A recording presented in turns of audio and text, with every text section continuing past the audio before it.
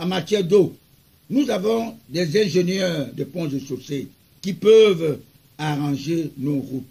Les ingénieurs hydrauliques qui peuvent nous aider en matière d'eau.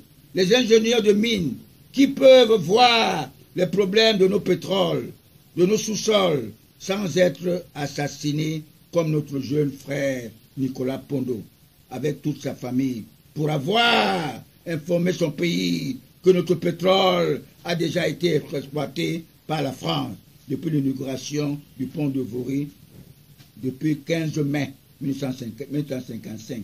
Et ce moment-là, le président Sopo-Priso avait déclaré que le coût de ce pont est trop élevé. Le représentant Gaufrel, qui représentait son pays, la France, cette cérémonie d'inauguration a répondu à Sopo-Priso que sa question est très pertinente, mais il n'a pas possibilité de lui donner une solution. Mais il transmettra ces paroles au président de la République français, l'assassin de l'Afrique, Charles de Gaulle, qui voulait la grandeur seulement de la France. Vous dites, mes chers frères, le président Paul Biya a pu s'échapper de la tension ou de l'intention de la police répressive de l'époque coloniale à cause de Jeanne Irène, sa première épouse. Et quand elle exigeait la démission de mon champion, Paul Biya, elle n'avait pas su que mon candidat naturel est le choix de Dieu, parce que le Cameroun, l'Afrique en miniature, est très convoité par les prédateurs français.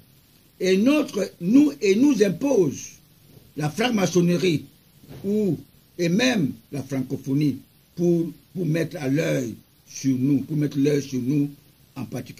particulièrement à nos dirigeants chefs d'État. Dans ce septennat de mon champion, toute catégorie, le président Paul Biya, j'aurai 16 ans, qui correspondrait à ces apprentis sorciers qui veulent, sans vouloir, se repentir de leurs péchés. Ceux-là qui ne donnent aucune considération à la femme, mère de l'humanité, qui prennent la femme Ève, qui avait été façonnée par les propres mains de notre Père, qui est aux cieux. Raison de plus que j'avais demandé spirituellement au pape François, lors du décès de l'évêque Benoît Mbala, de laisser inhumer l'évêque pour ne pas retarder son admission au paradis.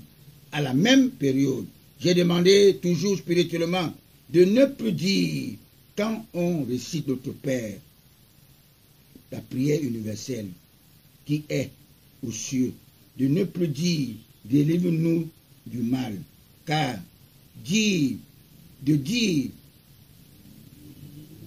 Dieu n'est pas mal. Il faudrait plutôt dire « délivre-nous du malin reptile qui avait trompé Ève au jardin d'Éden ». Je suis convaincu que le jardin d'Éden se trouve en Afrique noire, parce que les Blancs fuient le réchauffement climatique pour venir chez nous, en Afrique noire, nous exploiter et conquérir nos consciences pour nous rendre toujours dans l'esclavagisme. J'ai l'impression, non pas, les journalistes n'ont pas de discernement ou le patriotisme. Les trois quarts ont vendu leur âme au diable. Ils sont à la conquête de l'argent facile.